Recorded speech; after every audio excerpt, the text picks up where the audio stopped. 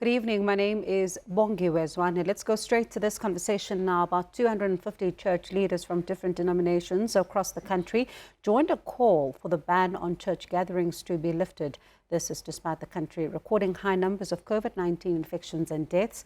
The pastors say if people can be allowed to go to malls and use public transport, they should be allowed to attend church services. Joining us now is Michael Swain, who is the Executive Director of Freedom of Religion South Africa, known as 4SA. Good evening, Michael, and thank you so much for your time tonight. Why do you want to go back to church premises?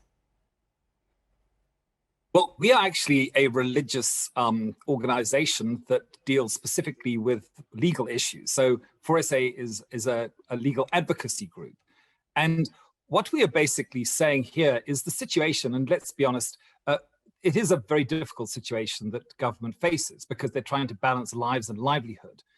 But what we are saying is that from a legal point of view, from a constitutional point of view, which is ultimately what we think needs to come into play here, it is important that the government treats similar sectors of society similarly. In other words, they cannot unfairly discriminate against, we believe, faith-based gatherings, which are indefinitely banned, while allowing similar gatherings such as casinos and restaurants and auctions and health clubs, etc., to remain open.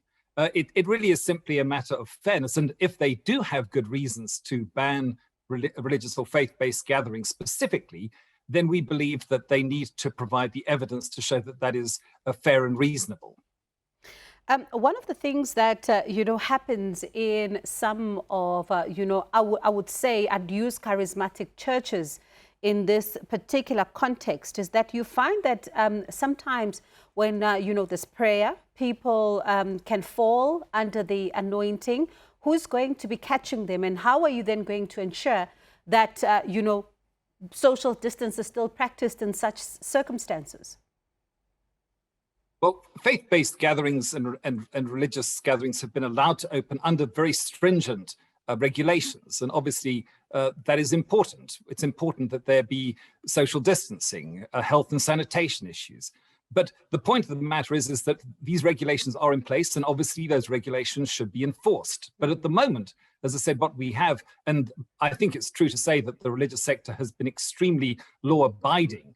And in fact, many churches and mosques and temples, etc., have actually not even opened out of the concerns of the health risks involved. But those that have been subject.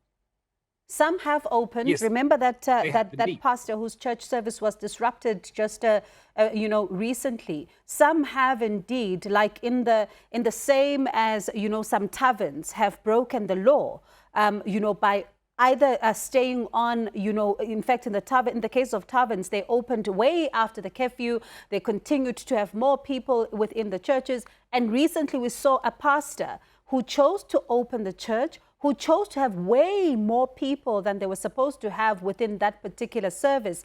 And certainly that still raises the concern that there may not be compliance across the board. That may be the case, but that is exactly what regulations are there for. They are there to provide guidelines so that the police and others who are given the responsibility to enforce them can indeed enforce them. But the point of the matter is this, that yes, there must be compliance, and nobody's doubting that or saying anything to the contrary. What we are saying, though, is that you have to treat the same or similar sectors of society equally, particularly the religious sector, which of course has greater constitutional protection than other sectors of the economy, which are in fact being allowed to stay open. And as I said, if government does have reason or scientific data whereby it can show that religious gatherings are more likely to spread infection, then they must show that, because then they will be able to prove the rationality and the reasonableness. But unless and until they do that, then potentially these regulations are indeed unconstitutional because they unfairly discriminate against the religious sector specifically. What about pastors and some, faith-based leaders who themselves are saying it's actually a good idea because they do not believe that their members should be exposed to, COVID-19, particularly when it comes to seeing such an exponential increase in numbers as we are in the second surge. Some of the pastors have said it's actually a good idea that, their members stay home because they themselves, in some instances, are not even able to perform some of either the burial rites or even offering physical support and have resorted to virtual means. Yes, and that is, of course, an excellent point. We believe that religious gatherings, and therefore the religious leaders that have the responsibility for those gatherings, should have the right to decide whether or not to reopen. And if they stay closed, well, good and well. That's entirely in their discretion. And if you're in that congregation and your venue is open, then you have the right, we believe, or should have the right, to make that health choice for yourself, whether to attend or not. But here we don't have that discretion. Other areas of society do.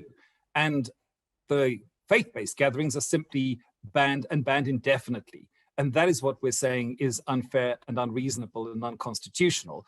But yes, absolutely, faith-based leaders should have the right and the responsibility to make the choices in the best interests of their congregation and, of course, in what they see as the best interests of society.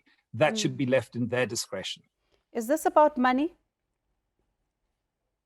Because it's about fairness. It's about equity. It's about equitability. I'll tell you why I'm asking if this is about money. Some pastors have come out to say that, of course, without the offering money, things are slightly difficult. And some saying that they're not even able to, be able to sustain themselves. And some have been asking, on social media that calling for, buildings, if I can put it like that, to reopen, maybe because money is being put before people's lives. What do you say to that? The case that Freedom of Religion South Africa is arguing is not based on the economic value or not of the religious community, or even the suffering that may be taking place. And I'm sure there is very real suffering because the religious community indeed does have an economic aspect to it. Clearly, buildings have to be paid for, staff have to be paid. But I think you mentioned an interesting point a little earlier. One of the problems with this particular ban on religious communities, and some have stayed closed, as you correctly say, is that it does indeed particularly discriminate against poorer communities, because many of the wealthier communities, many of the wealthier churches can obviously use technology and go online, but poor people simply don't have access to data, and their churches or mosques or whatever it is simply don't have the means to put the technology together to actually put their services online. So again, this is something which we believe is a fairness issue. It's an equity issue. And that is what we believe government should be reasonably asked to show. And that's what we're asking for. We're asking simply for a judicial review, which is a perfectly reasonable thing to ask, to look at this and test to see whether this indeed is rational and constitutional and justifiable, given the fact that obviously it is something which has taken away and substantially curtailed constitutional rights, which otherwise should be enjoyed. Michael, I tell you what, certainly, it's really going to be a balancing act that government really needs to really implement here, because certainly while we wouldn't want to dice with people's lives, at the same time as you say that you wouldn't want, to be discriminated against, but certainly it does look like there is going to be quite a heated battle here that may just ensue. But thank you so much for your time tonight. We certainly do appreciate it here on the show. That's Michael Swain, who's the Executive Director from Freedom of Religion South Africa, known as 4SA.